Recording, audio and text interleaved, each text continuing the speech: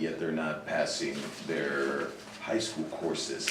And they're being pushed, I think, to take these college courses to meet accountability as far as college readiness, you know, and it does affect their performance in the classroom. But that's something that, you know, those are district initiatives, I guess. I just feel like the parents had been more vocal if they were more involved. Well, I would never let my child be registered for a class that they are not ready but- for, and then comes back to the whole parent involvement and engagement. Right, so I don't think it's necessarily I mean, it's not the parents, it's the fact that the parents are not aware. Oh, definitely. They're You're not- told as they're a not parent, informed.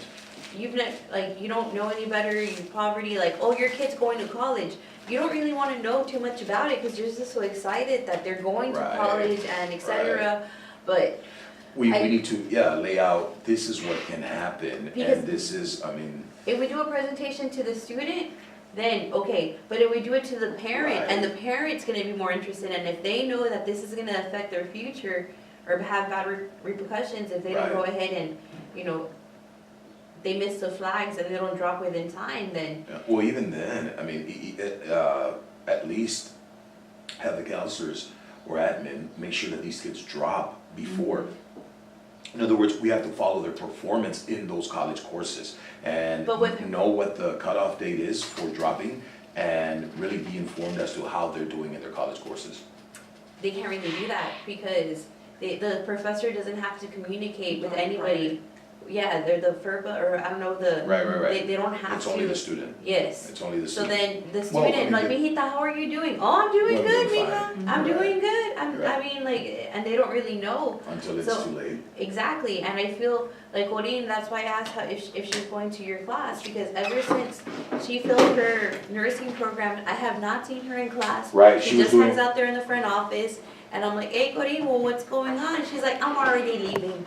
I go to get coffee, she's still there. She was doing with phlebotomy? Is that what she was I doing? believe, but I have Or her EKG? I'm not sure. I have her 6th period, and I have not seen her ever since. Right. Well, she's been here twice, and when she's here, super distracted, Right. very, like, off the wall. No, the first few days, like, she was really good. Then I lost her to that nursing program, and when she Right. came back, totally different Cody. Like, Right. That happened to me with Daniel Mendes when they put him in welding. He also dropped out of that and. I think the did welding is a huge, I mean, I understand we need this Traits. career training and, But it's a big commitment. oh man, but these kids are falling more and more behind here because they're working on a welding certificate. yeah, Daniel Mendes has not shown up to class. The only reason I know who he is because when I check on the roster, it shows, Right. it shows a picture, and I'll be like, hey, don't you have me for 6th period? Yeah, man, but I'm not gonna go. Right. So I don't understand how taking. Maybe attendance should be one of those things that, you know what, you can be in welding if you, or in one of those programs, if your attendance is at this tier or whatever it is. I don't think they're gonna do that because Michael Olivares maybe came twice, but because he shows up every day to welding, they're not gonna drop him. That's what Mr. Science was saying. Oh, he's at welding, he's at welding. Yes. And that supersedes everything, which makes Yeah. no sense because you didn't graduate. Yes. Okay. History interventions, home visits, collaborate with the social workers, phone calls, and targeted instruction by the TEKS. The biology start, which the interventions reflect the same as the other departments. The biology start EOC data, total students tested were 56, total students passed were 34. The percentage passing for biology, which is a freshman test, is 61%. Here at EJ Ballou, 37 tested, 25 passed, the percentage is at 68%. And CCTA, 19 students tested and 9 passed, so they were at 47%. The biology student target list, one of the students that was very close, so for example, the what, miss? The passing score for biology is at 35? Yes. So if you look at Rodrigo Briceño, he's at 34, 33. In US history, he is, I think he's at the level 1, I think he was, because it was, I think his score was like a 3,100 in US history. So what Mr. Norio was saying is, okay, well, unfortunately, we'll have to take that as a loss and make Rodrigo focus on biology, because he's very close to passing that one. Jennifer Elizondo, the same thing, and, 34, 73, very close. Alan Cano, Santiago Lopez, who actually just went up north to go work, he was one of my night school students. See, for example, Santiago didn't receive any instruction in biology, but then he still had to come in and test. And for night school, they gave him history. So I think, well, maybe give him a class where he's closer to passing, because this is a retest score for Santiago. He should have been graduating this year. But nobody follows these kids other than their night school teacher. Nobody knows, for example, Kevin Sosa, he passed the EOC US History. He doesn't come during the day, he's only night school student, but I knew that he was gonna test, so then I was able to work with him because he's in my course. But if they give a kid Ms. Abisami's for physics or whatever it is, and they've already passed that exam, but they haven't passed the US History, maybe they should look into that and say, well, let's put him in US History then, and let the teacher know this student has not passed US History. So that way, we're not doing the packets, or so we can actually get instruction. I realized Kevin was gonna test maybe a week and a half before he tested, and we just, it was, and it's such a sharp kid though, such a sharp kid, so I can't really attribute his success to me. But the instruction helped a little bit, and he was able to pass, and I was very happy that he did. So, again, the night school issue has to be somehow more conducive to student needs, really, as opposed to, I know they look at their transcript, and that's how they give them the classes that they need, but I think teachers will be willing to work with each other and say, you know what, he's gonna be over here, but maybe you can, sort of help him out with his credits for your class or something. You were gonna say what, Ms. Noria? I feel like we need to have like a little information card or something where it's more direct, it's more like, I don't have to count credits or this or that, but kind of, okay, this is this person, this is what they need, this is how they are doing, and just, like everything in just a nice, like simple, and everybody have these folders accessible. I feel, it's good that sometimes we get new administration, but sometimes when we get the new administration, the factors that we had in place to track and to locate and to write down the needs of the students, that those get lost. Right. And it's starting from like, okay, so what's going on? And I feel like we're working very hard, but it's not very conducive to our ultimate goal. So it's ridiculous that sometimes they're put in history classes, it's a junior test. And if they're still needing these freshman exams, well then put them in that class, because I'm pretty sure that they can get some credit that they need ultimately in order for them to like graduate. Because I see them and they're like, oh, I passed biology my sophomore year, but they still need physics or environmental science and physics on grad point. It is a hefty challenge. So I feel like we need to we need A system. Yes. Like, And we need to be able to access this system. Right. Not like, okay, well, who can run me a transcript? Oh, well, the transcripts, I went ahead and ran them, but I ran them for every student, so here's a 1,000-page document. Yeah, it would be really the eSchool Plus at the comprehensive high school.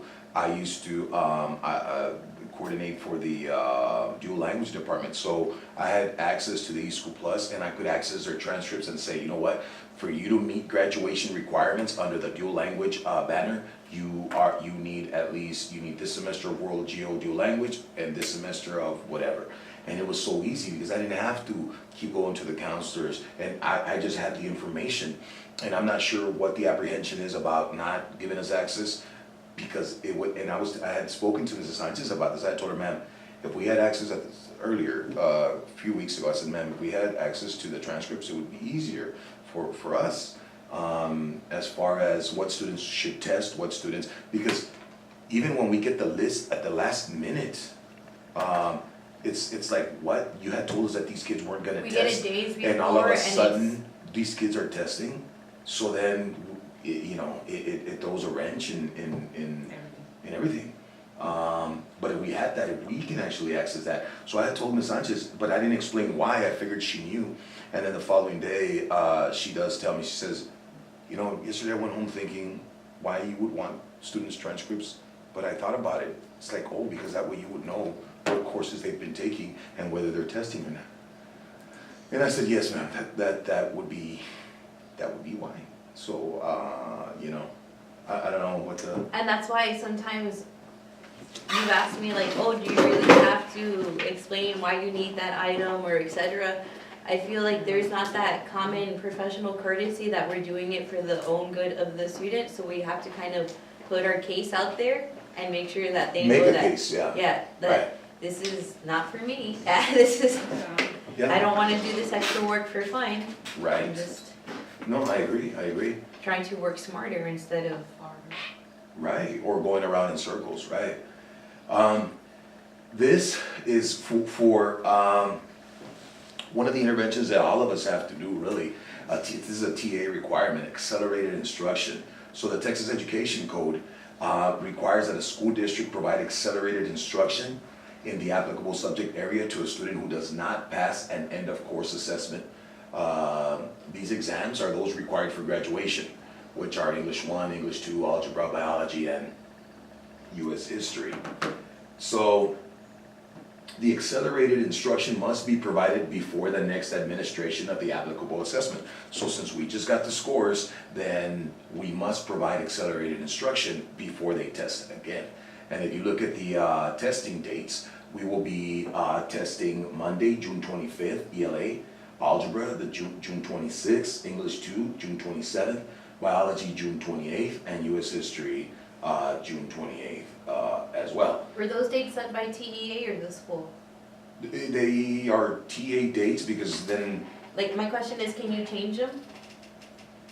I think for our campus, I'm not positive, Ms. Benodio, but I think for our campus, because it's a special purpose campus, I think we can, it's that testing window. And I believe they're able to, because of absences, so they're able to say, well, you weren't here Monday, we'll test you. But my fear is that they're gonna test students that have not come in for instruction, because I totally forgot about this, and that you have to have instruction before they go ahead and challenge the exam again. Right. So my thing is like, well, they didn't come in on Monday for US History, so we're gonna get them Tuesday. They didn't come in on Tuesday, so we're gonna get them Wednesday. Right. And it just, the way they play with the window, it really hurts us I because, agree. they're probably not coming Right. in because they're not ready. So I agree. I really, I mean, from what I've seen, I would adhere to this. Yes. And you weren't here for ELA 1, you'll test until next test administration. As opposed to just getting the numbers and just test whether you pass or not. And you're right, because these kids that miss English 1, they might not be here English 1 because they know that they're gonna struggle with that, so they know that they're not prepared. So they show up for Algebra 1 on Tuesday and they say, no, you're gonna take English 1. And that's what happened to one of my Right, students. They're like, right, that's- ma'am, I didn't want to take your test. Right. I was Who was here that? to Who take was that? Who was this, that? Tania Carrillo. Right, She's like, I didn't want to take it because I haven't been to your class. right, But when I walked into the exam room, I already had the test and I couldn't go back. well, So I just- and there was a student like Larissa, who I felt, what if, she had been here, she had been receiving instruction, and when she came for the US History test, they told her, no, not that US History, and I wanna say she did have the credits, I wanna say she did. Yeah, she's registered under the course. I don't understand how So they prevented her from testing. she was not eligible. You know, and I guess because, I don't know, she's on Snapshot, I'm not sure. But yeah. And these provisions also apply to students in special education, including those who take alternate state assessments. So just to be clear, they cannot test unless they receive accelerated instruction.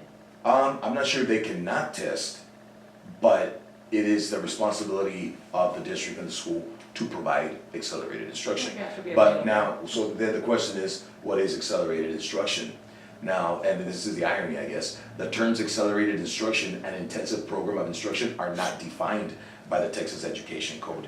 So, right, so school districts have the discretion to determine the appropriate form, and I think that's where the districts have that, leeway or whatever it is. But it's up to the district, to determine the appropriate form, content, and timing of the instruction based on an individual student's needs. And according to statute, accelerated instruction may require participation of the student before or after normal school hours, which we do, and may include participation at times of the year outside normal school operations. So, this schedule, I think, adheres to this. ELA, Mondays and Wednesdays, 7:30 to 8:30. You guys are here at that time. Social studies, Tuesdays and Thursdays, 7:30 to 8:30. And again, just so they don't overlap, I know not all the students are missing all the exams, but I think this just makes it easier for the times to not overlap, and if you wanna come to that tutoring, then you come for that. Biology, Mondays and Wednesdays, 4:30 to 5:30, and algebra, Tuesdays and Thursdays, 4:30 to 5:30. And all content areas will also provide tutoring during respective conference periods. But that would fall under the normal school operations.